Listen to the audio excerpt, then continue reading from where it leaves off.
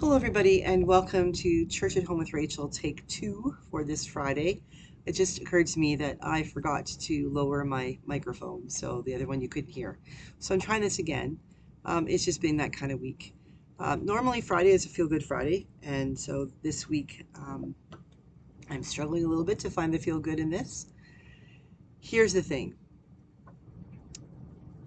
Feel Good Friday today is more like a slow down Friday because Wednesday afternoon after work, prior to planning on going to the hockey game, I took Skunk out to play and to go for a walk, and I promptly stepped in a hole in the snow that I didn't see and did some damage and ended up in the emergency room.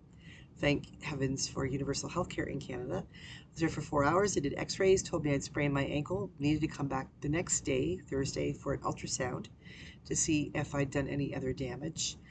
So yesterday I went back to the hospital at noon and had an ultrasound, and then had to go back to the emergency room so that the emerge doctor could tell me what the ultrasound said. And I was there for 7 hours. In the meantime, the computers had gone down. And the emergency room doc wouldn't have been able to tell me what the ultrasound said because they wouldn't have the results. However, the radiologist had hinted that I had torn my Achilles tendon. God works in mysterious ways in that an orthopedist was on his supper break, and one of the nurses noticed him and said, could you come down to the emergency room? We have a couple of people who have been waiting for 7 or 8 hours um, for the doc to simply read their ultrasounds, which aren't available right now because of the computers are down. Could you come and see them so they don't have to sit for another 5 or 6 hours before we get there? So I was blessed to have the nurse come and get me at 7:30 to go into a room, and the orthopedist came in, and he said he was going to go old school. So he evaluated my ankle and did some tests and determined that I had ruptured my Achilles tendon, gave me a hard splint on the back of the back splint, and then wrapped it in gauze until I can get in to see the fracture clinic next week to get a boot. So I am slowing down. I feel badly because I was sitting in the emergency room when I was supposed to be at St. Luke's in Souris for their final celebration of ministry because we are deconsecrating their church on Saturday tomorrow, which Rob will drive me to, and he will be my chaplain. So I'll just sort of ensconce myself in a chair and lead and preach from a chair, which is really quite biblical. So I'm cool with that. I am learning how to use crutches. I am not very good at it. It is going to take me some time, probably be 6 to 8 weeks while I'm on crutches before they do another ultrasound to see if the Achilles tendon has healed, and if not, I'll have to have surgery, which will be more time on crutches. But it's an opportunity to really think about the fact that my body has been saying for some time, prioritize rest. You need to slow down a little bit.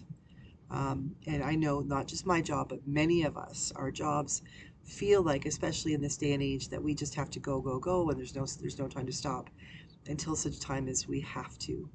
So I'm recording this from the office because yesterday when I went to the ultrasound, I thought it'd be like an hour and I'd be back in the office.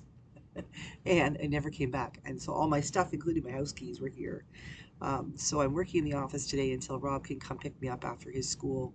And then I'm just going to pack everything up and work from home next week, I think. But it's quite interesting too because Tuesday night I started reading a new book by Archbishop Stephen Cottrell, Bishop of York, Archbishop of York. And the book is, I can't remember the title specifically, but it's something like Stopping to be able to move forward. Like the whole idea is about taking time and slowing down. And it's like, okay, God, that's not funny. Like, not even 24 hours after I start reading that book, I do this to my ankle, my foot. So we will see what will happen. I'm feeling a little gross right now because I can't have a shower. Can't get my foot wet. We haven't yet figured out how to do this. By tomorrow, I will have to because I can't go to Souris looking like a grub. Um, but to all of you who have had to deal with things like this before, I now have a new compassion, a new empathy. And I pray that I will learn how to use the crutches quickly so I can get back into the swing of things and be able to do all the things I need to do. But I will take the next week to figure out what is a priority. And I think that's important for all of us to be able to think about what is it in our lives that if something like this happened, we would have to say, no, this is mandatory. I have to figure out how to deal with this. And what are the things we can say, you know what? No, they just have to wait. And that's hard to do. So, on this Feel Good Friday, my call to you is to take some time to consider your own lives. What do you need to help find that balance so you can feel good, that you don't end up like this if something happens? Not that my busyness caused this to happen, but the stress of it that the busyness causes now. What kinds of things do you need to do to be able to face your life in such a way that you have peace and you have gentleness and you have calm and you know you have the ability to do what you are called to do, what God is calling you to do, and this the sense of common sense, maybe the conscious sense of those things that you can just let go or pass off or just say, not today. You don't have to be injured to exercise that. That's just good self-care. So as you go into your weekend, I pray that you will do that. I'm going to do my best to make sure there's a gospel on the go for Sunday and church at homes next week. Be patient with me, and we'll see what happens. Please pray for Rob and Skunk. I am the skunk person in the house. I am the one who takes her outside for all of her potty breaks and her walks and things like that. And I am the one who's really patient with her.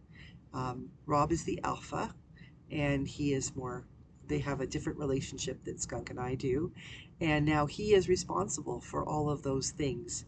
And she is terrified of my crutches. So um, please pray for my family as we move into the next couple of 6 or 8 weeks and see what happens. God bless you all. And I apologize if you watched the previous video and couldn't hear me. I didn't say the same words because I don't have these memorized or written down. So um, I've taken that video offline and put this one back up so people can see it. So I pray you have a great weekend. God bless you. Stay safe. Don't put your foot in holes unless you intend to, and do it properly. I don't wish this on my worst enemy. Have a great day. God bless. And don't forget how much you are loved.